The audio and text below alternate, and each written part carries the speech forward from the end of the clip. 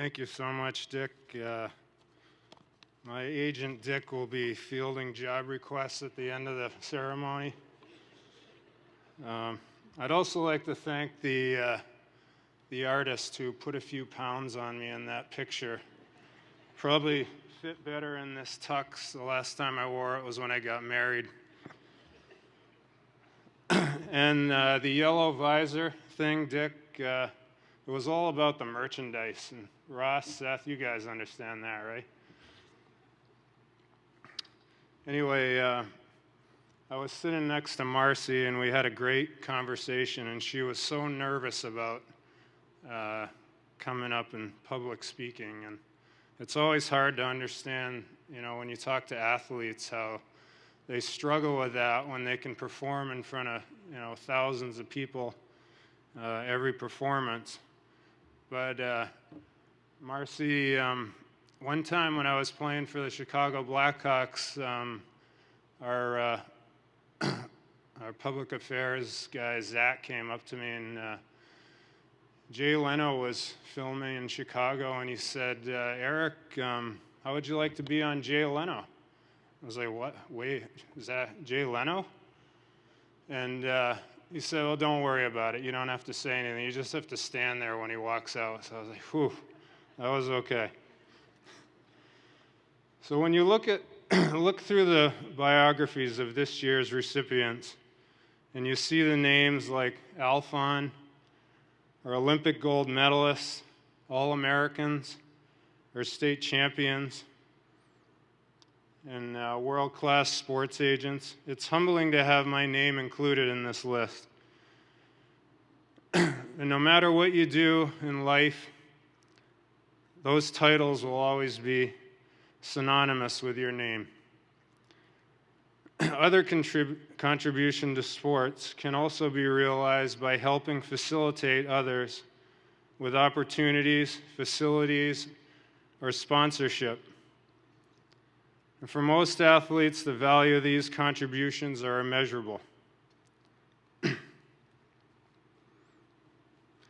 In any case, I am very proud to join the names like Swift, Benoit Samuelson, Heward, Westcott, and Harold Alphon, and with these fine group of inductees today. It is also a special day for the 5 scholarship award winners, and I would like to congratulate them and wish them luck as they move on to their next phase as student athletes. Well, why is this award so special? For me, I've always taken great pride in the fact that I'm from Maine. Although, according to Maine humorist Tim Sample, I'm not a native. I'd like to refer to myself as an adopted native. I'm really from Roanoke, Virginia. For all those times asked where Gardner, Mass was, or when tournament programs would list me from North Yarmouth, Mass, I always felt I needed to make a statement so people would remember it was the state of Maine. No Maine native besides Danny Bolduc has played over 100 games, and only 5 have ever played in an NHL game. And unfortunately, because I'm not a native, I'm not listed there. But after attending a clinic that Danny volunteered his time at in Augusta, and seeing him fly around the ice in his Team USA warm-up, I had my inspiration. I wanted to be the next Danny Bolduc, to represent Maine and my country in the Olympic Games. As time progressed, that dream became a reality. And although there was no miracle at the Olympics, it was a great experience. After returning to UMO, I realized I needed to take the next step. I wanted to prove Maine could produce athletes like Billy Swift, like Mike Bordick, Jack Combs, Joan Benoit Samuelson. And in the summer of 1988, I took that step.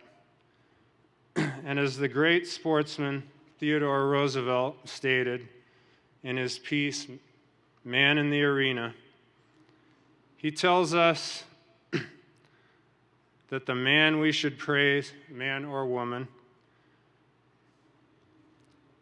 is the one who's out there fighting the big battles, even if these battles end in defeat, who spends himself in a worthy cause, and whose best knows, in the end, the triumph of high achievement, and at worst, if he fails, at least fails while daring greatly. So his place shall never be with those cold and timid souls who neither know victory nor defeat. One of my favorite coaches, Ken Hitchcock, a war historian, left this passage in our lockers one day. And I think it epitomizes all the ideals I learned as a young boy in Maine. I encourage all Maine youth to face this challenge, to represent the state in honor of those fine athletes before you who inspired many in Maine to dare greatly. Amidst this journey, hockey offered me many great opportunities. I traveled to 9 different countries, lived in 10 different cities,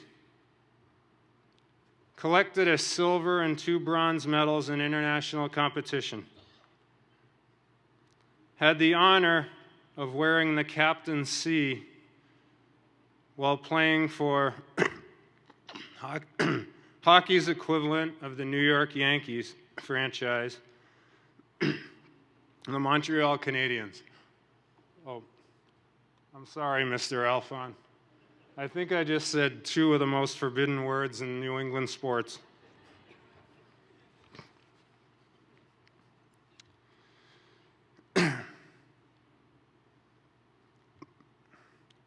And I even appeared on Jay Leno. But most of all, it allowed me to meet so many people who influenced me as a person. Ed Good, the great All-American at Bowdoin College, was my coach for 4 years at North Yarmouth Academy. Not only did he teach me the finer points of the game, but also responsibility, respect, and discipline. And even still, on the day of the state championship game my senior year, I managed to forget my jersey. And I had to wear the goalie's #1 jersey, which led the parents of Lewiston, our bitter rival, to exclaim, "Is Weinrich trying to disguise himself?" The late Steve Morris, another Bowdoin grad and a star at the Yarmouth High School, taught me to love the game of soccer and the patience of not swinging at the first pitch.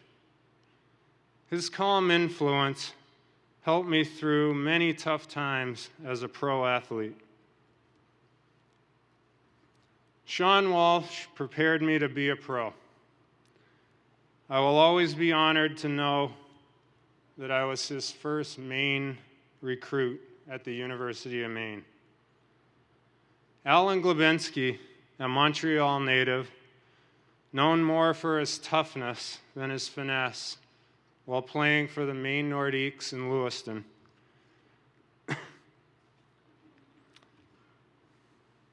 became a mentor during my college years and leading up to the pro level. The gentle giant had a soft-spoken delivery to his valuable advice. Joan Benoit Samuelson, a true inspiration, while winning the first ever women's marathon in Olympic competition, signed a book for me with some words of wisdom while I was recovering from mono in my attempt to make the U.S. Olympic team in 1988. It must have meant a lot because I recovered and I made the team. Tom McVie, the former coach of the Maine Mariners and legendary coach in pro hockey, was coaching while I was at North Yarmouth Academy, and I would often go to the arena, and as I was walking over, I could hear his booming voice from outside the building. Ironically, he became my first pro coach. He basically taught me all I needed to know about the daily ins and outs of pro hockey. He even drove me to the airport in a snowstorm around 5 in the morning when I got the call to the big leagues. Family, though, was always the most important. My brothers Alex and Jason, remarkably, had great collegiate and pro careers, even though as kids, they always had to play second fiddle to the big brother. My mom spent tireless hours driving to practice and playing goalie in the barn. Dad, who guided me through all the sporting events, and taught me more about sports and gave me every opportunity to compete. He even went so far as to manufacture pretend game sheets to submit to tournaments so they would allow us to play. My children, Ben and Emmy, were along for the ride, 8 cities, but always managed to assimilate into the environments they lived in and to grow into 2 wonderful individuals who I am so proud of today. And the love of my life, Tracy, who has been there the whole way, raising our kids and supporting me through the best and worst of times.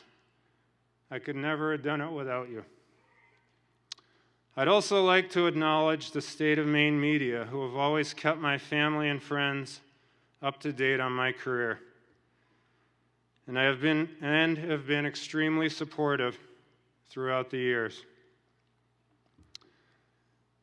And 2 dear friends who are our neighbors in Gardner, Gail and Jerry Ham, who were so gracious to join us today. Again, this is a great honor, and I will truly cherish it forever. Thanks to all the members of the Maine Sports Hall of Fame and to the great state of Maine. Thank you.